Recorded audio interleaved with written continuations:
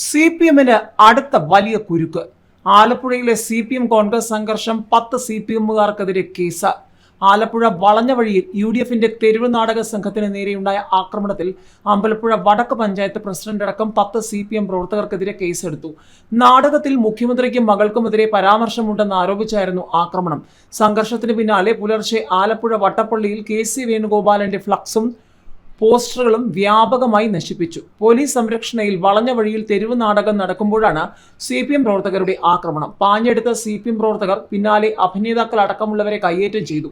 മുഖ്യമന്ത്രിക്കും മകൾക്കുമെതിരായ തെരുവ് നാടകത്തിലെ പരാമർശമാണ് CPM-കാരെ പ്രകോപിപ്പിച്ചത്. UDF പ്രവർത്തകരും സംഘടിച്ചതോടെ സംഘർഷാവസ്ഥയുണ്ടായി.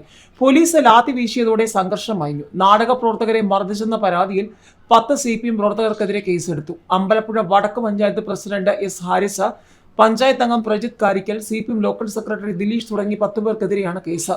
ആരെയും അറസ്റ്റ് ചെയ്തിട്ടില്ല. സംഘർഷത്തിന് പിന്നാലെ പുലർച്ചെ ആലപ്പുഴ വട്ടപ്പള്ളിയിലും പരിസര പ്രദേശങ്ങളിലും UDF സ്ഥാനാർത്ഥി KC വേണുഗോപാലന്റെ പോസ്റ്ററുകൾ വ്യാപകമായി നശിപ്പിച്ചു. പിന്നിൽ CPM പ്രവർത്തകരാണെന്നാണ് കോൺഗ്രസിന്റെ ആരോപണം.